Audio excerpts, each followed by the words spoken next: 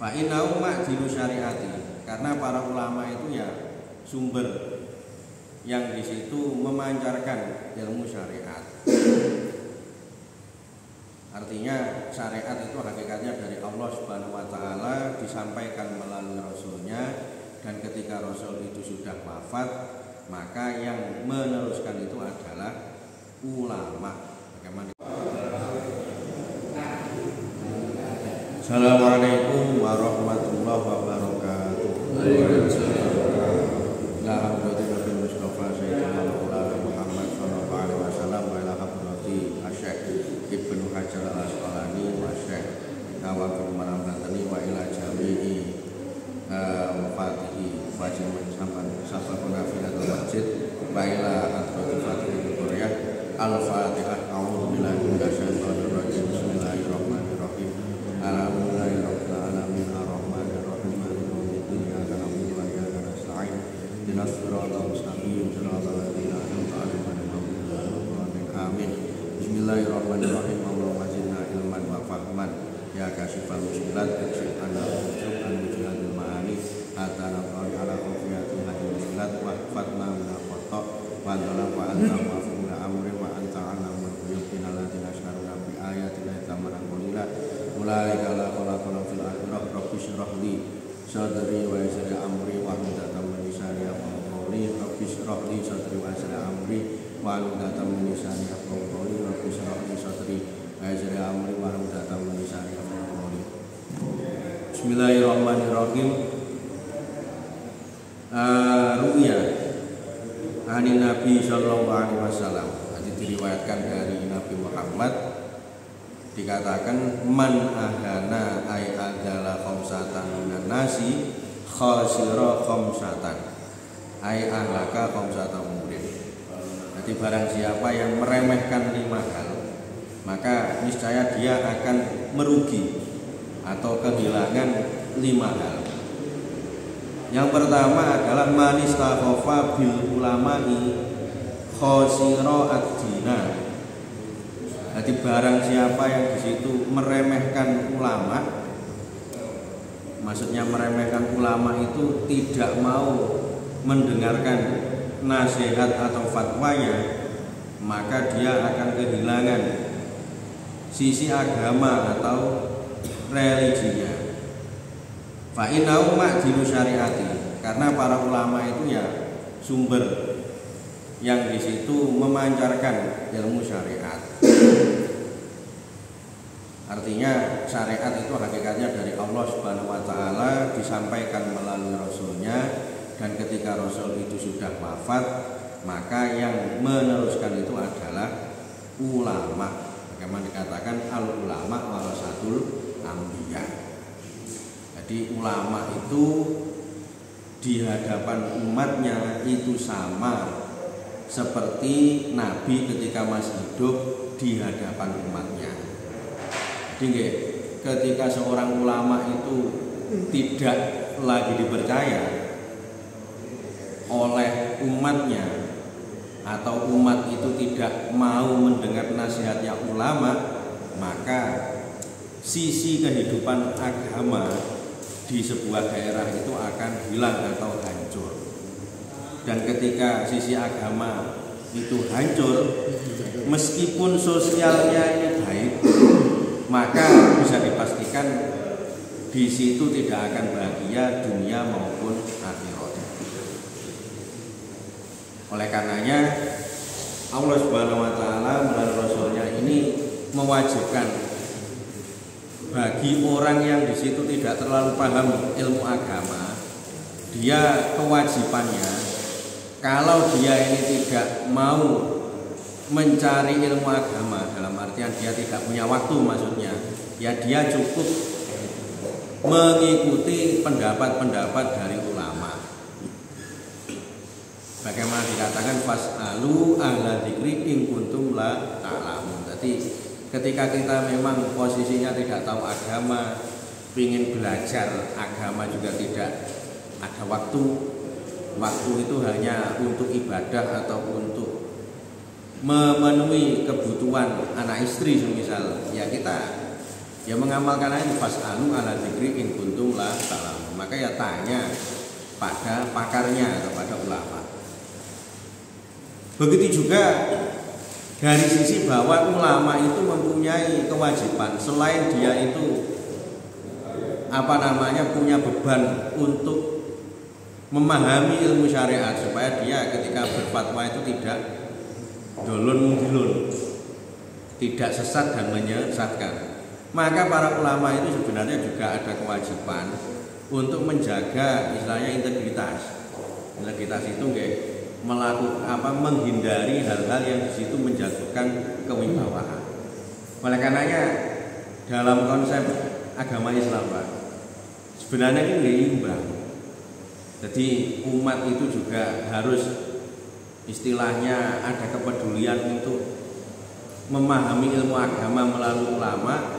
Juga dia ada kewajiban menghormati ulama, dan ulamanya pun juga terkena beban untuk menjaga kepercayaan umat. Nah sehingga begini, bagi seorang ulama itu ada beban lebih yang di situ tidak dibebankan kepada orang bodoh. Salah satunya adalah dia mengupayakan untuk mempunyai sifat wirai. Kalau istilah Arabnya wirai, wirai itu menjaga harga diri, jangan sampai gampang-gampang melakukan hal-hal yang diharamkan, atau jangan sampai melakukan hal-hal yang tidak pantas. Meskipun tidak haram tapi tidak pantas, itu juga tidak layak untuk dilakukan. Contohnya ketika seorang ulama itu hidupnya, semisal orang yang terkenal sebagai ulama niku hidupnya kok sama dengan orang awam. Contohnya kalau orang awam itu kan sehari-hari dia hidupnya itu tidak terlalu memikirkan masalah keilmuan, itu nggak pantas, Pak. Mau mboten mondok, mau mboten sekolah, itu nggak pantas. Tapi seorang ulama kok nggak punya kepedulian dalam sisi itu, ya berarti atau mereka dengan orang bodoh nggak sama.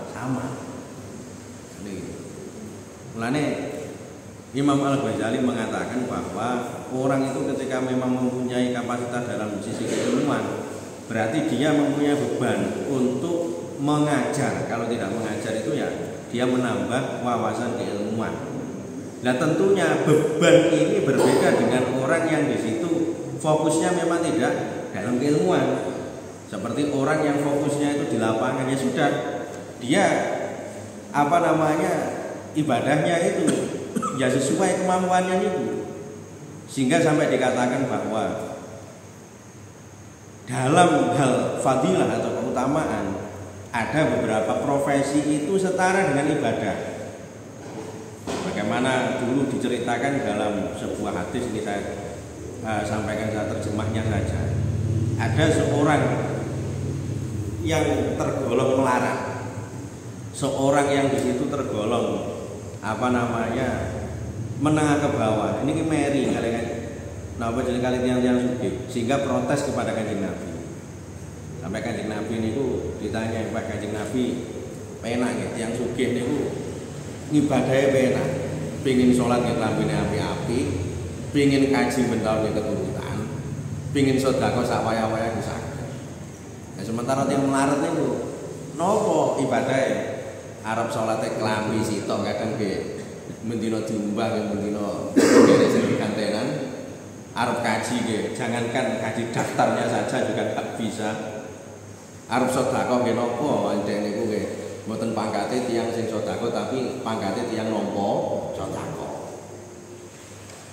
Oleh Kanjeng Nabi akhirnya dijawab, ya sudahlah. Jadi setiap wiritan itu sedekah. Bahkan setiap tasbih membaca subhanallah itu sedekah. Dan setiap ugel-ugel itu napa Pak? Napa? Pergelangan tangan, pergelangan kaki niku sedekah. Nah ini diartikan bahwa bobot pahala ibadah orang miskin bisa jadi lebih besar atau bisa jadi sama atau setara dengan pahalanya ibadahnya orang kaya. Karena apa? Karena yang dianggap itu adalah al-ajru bikot cerita bahwa pahala itu dinilai dari kesusahan sebuah ibadah. Maksud ngoten. Jadi bisa jadi ibadahnya orang yang di situ miskin, yang mana orang tersebut itu susah payah, ini lebih besar daripada pahalanya orang kaya. Nah sehingga dari sini ya adil. Allah Subhanahu wa taala menciptakan kekayaan dan kemiskinan itu ya adil. Meskipun secara bentuk ya orang kaya itu ya lebih berjaji lah istilah Jawanya. Tapi dalam si ukhrawi ya belum tentu. Dalam si akhirat belum tentu. Ada kisah lagi bahwa Imam Malik dulu itu diprotes, Pak. Jadi Imam Malik itu seorang pencendekia.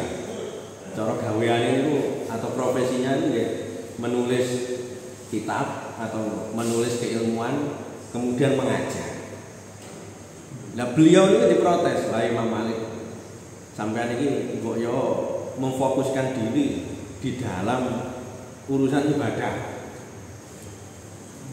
Jadi diprotes. Ya yang protes ini ya orang-orang yang memang uripnya ini adalah wiritan terus. Jadi sholat wajib, sholat apa jenenge sholat sunnah, kemudian wiritan. Nah, kemudian Imam Malik menjawab ya sudahlah. Kalau memang makom atau mungkin istilahnya apa, wadifai sampean temeriku nggih, itu dilakukan saja. Jangan terlalu banyak mengkritik orang yang tidak seprofesi. Nah ini artinya di sini dikatakan bahwa setiap orang itu ada profesinya masing-masing. Wa man istakhafa bil umara khasirat dunya. Jadi barang siapa yang di situ meremehkan pemimpin. Nah ini. Wa man istakhafa bil umara khasirat dunya. Maka dia akan kehilangan sisi duniawinya. Li'annahum alladzina yurattibuna umurad dunya wa zimamuhum bi aidihim. Loh kenapa? Karena ulama itu ya yang mengurusi urusan dunia atau yang memanage urusan duniawi, dan mereka itu sebagai pemegang otoritas atau kendali. Ngomong penake seorang pemimpin itu nggih supir ibaratnya negara niku bisa, Pak. Nah sopirnya saja ketika sudah direcoki, dia nggak bisa fokus untuk mengurus duniawi, ya sudah bisa dipastikan bis itu tidak akan berjalan sesuai tempatnya, tidak akan berjalan sesuai realnya. Oleh karenanya begini, para ulama dulu ketika mendengar ada seorang pemimpin yang tidak cocok di mata rakyat misalnya, maka para ulama itu tidak langsung frontal dalam mengkritik. Karena apa? Para ulama itu tahu bahwa, atau para ulama itu masih menimbang bahwa sebab kebaikan mengkritik dan apa namanya mafsadah atau hal negatif dari mengkritik ditimbang betul. Sampai ada pamil begini, jadi Sultanul Dzulm a'zamu atau mungkin aslahu min fitnatin yaqul. Jadi sebuah negara itu ketika dipimpin oleh sultan yang zalim itu masih mending, bahasanya masih mending daripada fitnah yang tidak berhenti. Artinya oke lah, kadang ketika kita dipimpin oleh sultan yang tidak sesuai dengan kehendak rakyat itu ya tidak enak, Pak. Bahkan terkesan zalim karena tidak memberi hak rakyat sesuai dengan bagiannya. Tapi ketika mengkritik sultan yang ada potensi fitnah yang tidak henti-henti, itu lebih bahaya lagi, Pak. Jadi sehingga sampai ada gium atau pamil semacam itu. Jadi Sultanun Dzulm itu masih lebih mending daripada fitnah yang tidak berhenti atau fitnatin yaitu. Nah sehingga para ulama dulu merumuskan bahwa ketika menasihati pemimpin itu jangan sampai di depan umum, jadi dihindari betul. Karena apa? Karena ada bahaya, yaitu mengurangi kewibawaan atau kepercayaan pemimpin. Sehingga sampai dijelaskan begini, untuk menghancurkan sebuah negara, untuk menghancurkan sebuah wilayah sebenarnya mudah. Ya yang pertama dalam skala luas hilangkan kepercayaan pemimpin dari rakyatnya. Jadi pemimpin dikritik terus, pokok ketok eleke dikritik. Dari sisi apapun, lama-lama rakyat itu menilai atau hilang kepercayaan terhadap umarok atau pemimpin. Dalam lingkup kecil hilangkan kepercayaan orang tua terhadap anak. Jadi ketika anak itu wis wani lama nang wong tuane, dalam artian anak itu sudah tidak menaruh respek, ya maka anak itu nggih bakal sakarpe dhewe. Orang tua menasihati tidak akan digubris. Dan yang ketiga ini yang paling medeni.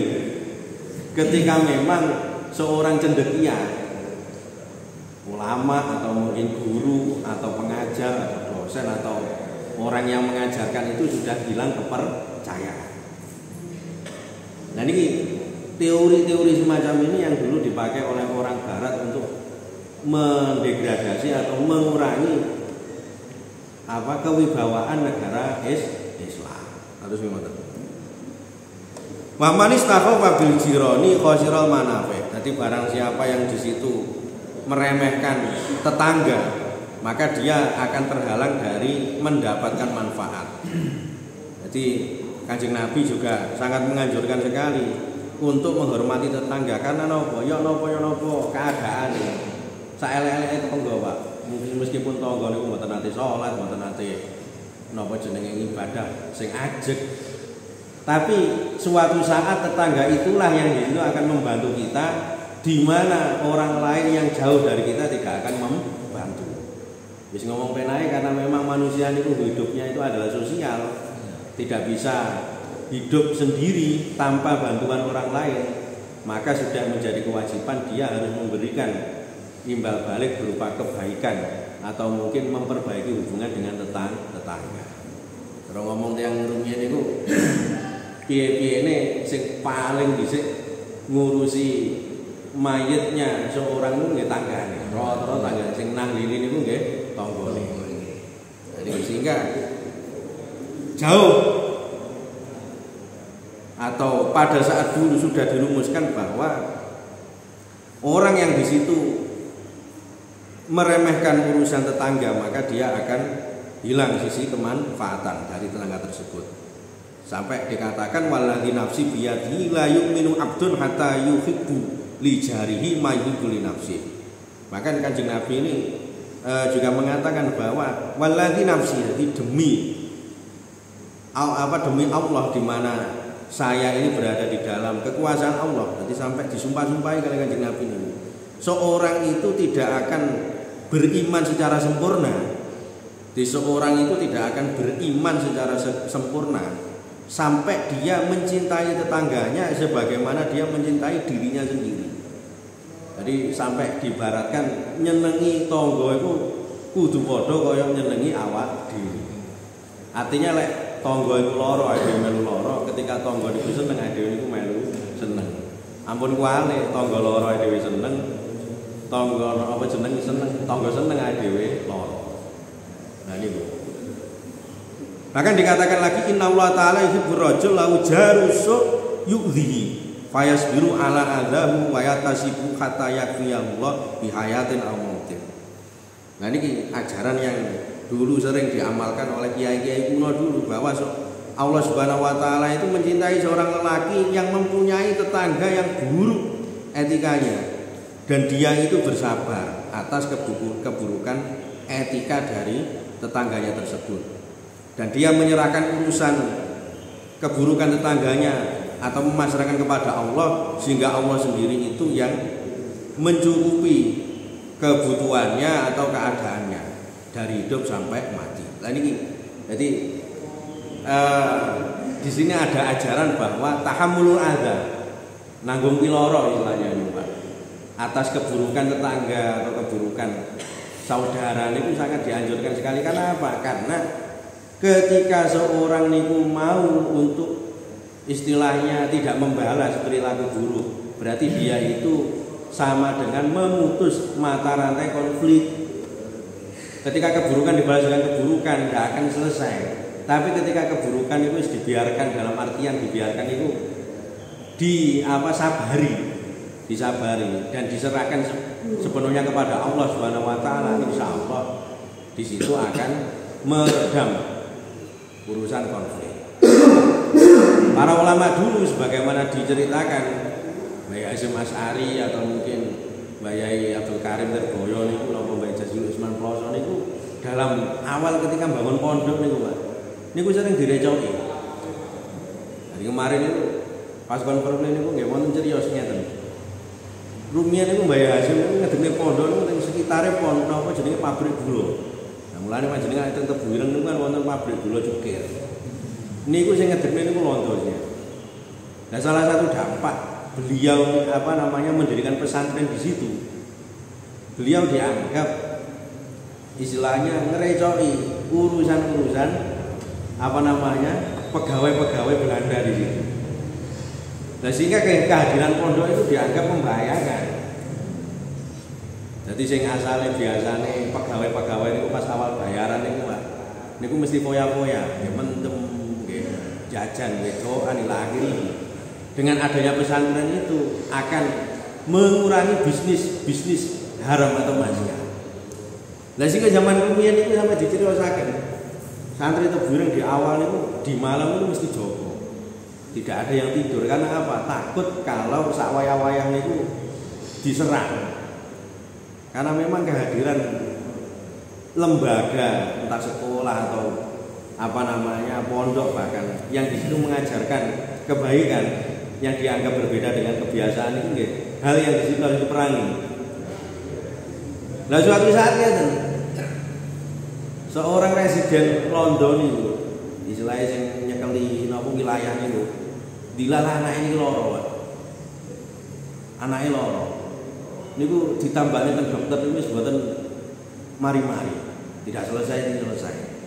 Nah akhirnya ada seorang itu ngasih bisikan atau ngasih saran.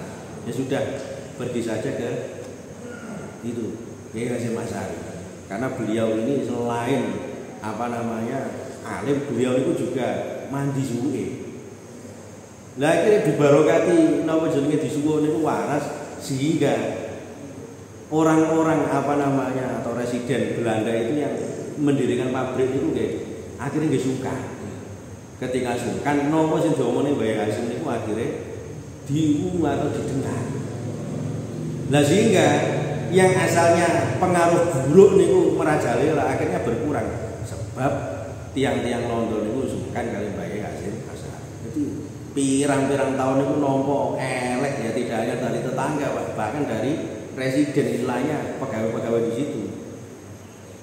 Karena biasanya pegawai uripe foya-foya, maksiat. Tapi Mbah Hasyim itu mengajarkan kebaikan wis ojo mentem, ojo zina ila akhirnya. Itu dianggap merusak kebiasaan. Nah akhirnya yang moro-moro suka. Lama kelamaan itu juga suka. Nah ini yang saya maksud bahwa ketika kebaikan itu disampaikan dengan alamiah apa adanya, tidak usah dipaksa-paksakan melakukan hal-hal yang di situ menimbulkan konflik. Insya Allah kebaikan di situ akan awet. Sebagaimana juga diceritakan oleh ulama-ulama atau kiai kuno dulu bahwa masuknya Islam di Indonesia itu buat sami. Kali masuknya Islam di negara Arab. Kalau dulu ada wilayah yang namanya Andalusia. Andalusia itu ini termasuk Spanyol atau dulu itu sing menguasai agama Islam. Ada dinasti yang namanya dinasti Umayyah atau dinasti yang rajanya itu keturunan dari Sayyidina Muawiyah. Tapi hancur Pak dalam perang salib. Soalnya apa? Dulu ketika masuknya itu dengan cara mengalahkan atau ekspansi dengan cara perang. Maka ketika sudah melemah dihancurkan balik oleh orang-orang Muslim dalam perang salib. Nah sementara teng Indonesia ini mlebune ini kalem-kalem. Jadi ulama di Nusantara itu sangat kompromi sekali. Sampai dalam bahasa saja itu kompromi. Wis kalau tidak bisa mengucapkan 2 kalimat syahadat, ya ucapkan jimat kalimat syahadat. kan ngoten biasane. Jadi syahadatan jadi sekaten. Nah ini bentuk sangat moderatnya sekali ulama-ulama dalam istilah saja tidak ada pemaksaan. Nah kalau di dunia Arab Pak, mboten fase siki diseneni Pak. Ngimami sholat mboten fase diseneni. Tapi kalau di sini dalam hal apa namanya istilah saja di situ masih ada kompromi. Nah sehingga hal-hal tersebut itu yang di situ menyebabkan agama Islam di Indonesia ini awet. Bener sampainya agama Islam di Indonesia ini paling terakhir, itu yang paling terakhir.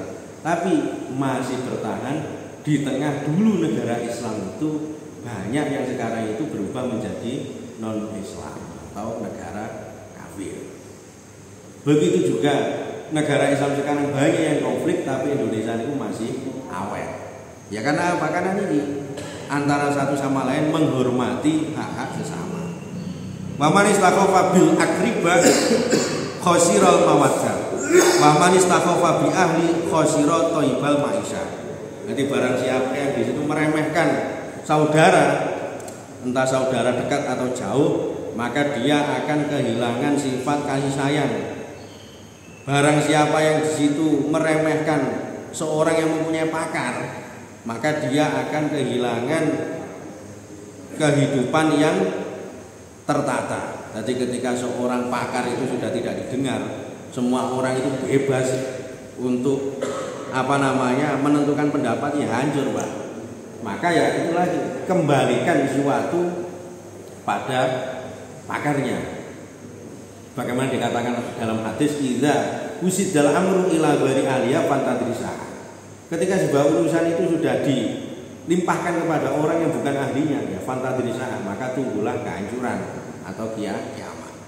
Maka krisis kepakaran atau istilahnya ketika orang itu sudah apa saja meskipun bukan pakarnya itu diayai, dan ini justru awal dari kehancuran sebuah kehidupan yang tertata. Begitu juga kalau orang itu wis ngeremeh nih saudara, saudara ngundang acara sudah usah ditekani lah, ya maka itu awal dari putusnya hubungan. Padahal sudah dikatakan bahwa orang yang di situ diancam paling apa namanya besar ancamannya, yaitu orang yang memutuskan tali silaturahmi. Mulai kemudian wonten reuni antar sekolah atau mungkin reuni keluarga, itu tujuannya ini.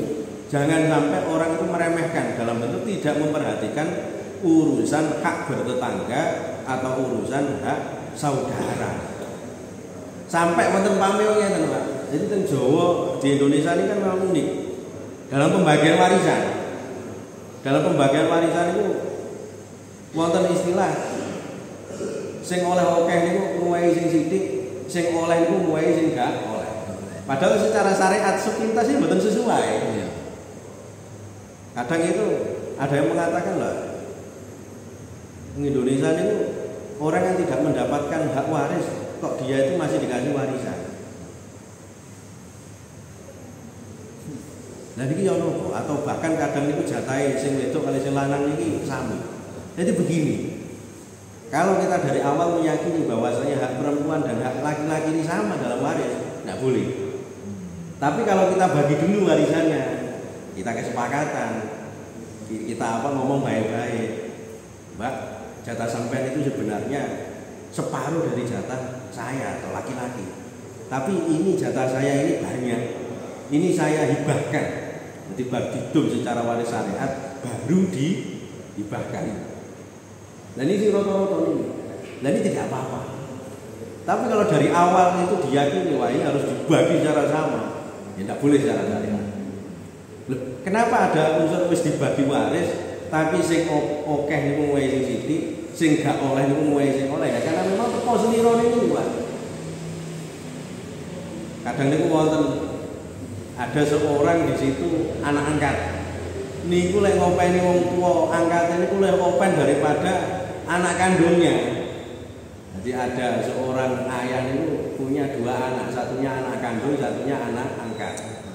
Anak angkatnya ganti, sebelum dino bapak itu dibaturi terus sampai bapak stroke niku kadang wae ngising dibaturi, kadang wae ngising dicewoi lah gini. Sementara sing anak kandung ini buat mati open. Nah ketika mati, si ayah ini mati. Akhirnya si anak kandung itu tepo seliro. Ya sudahlah. Meskipun kamu sebenarnya bukan hak waris, nggak dapat hak waris, bukan anak kandung. Tapi kamu saya kasih. Nah ini statusnya adalah hibah. Tapi syaratnya waris semacam ini legal ketika memang dibagi sesuai hak waris. Berarti harus dijelaskan dulu. Kalau anak angkat itu aslinya mboten asal jatah. Tapi minangka wis ngapiki, wis ngeramut mayat ketika masih hidupnya, maka dia mendapatkan jatah atas nama hibah. Ini sering di anteng desa ini. Kalau prosesnya semacam ini tidak apa-apa. Karena pemberian itu sebenarnya tidak diatasnamakan hak waris, akan tapi dari orang yang berhak mendapatkan warisan tepo seliro kepada orang yang tidak mendapatkan hak waris. Tapi kalau dari awal kalau sudah diyakini wis warisnya didompodo ae. Nah, ini sih bermasalah. Di sini maksudnya bagaimana?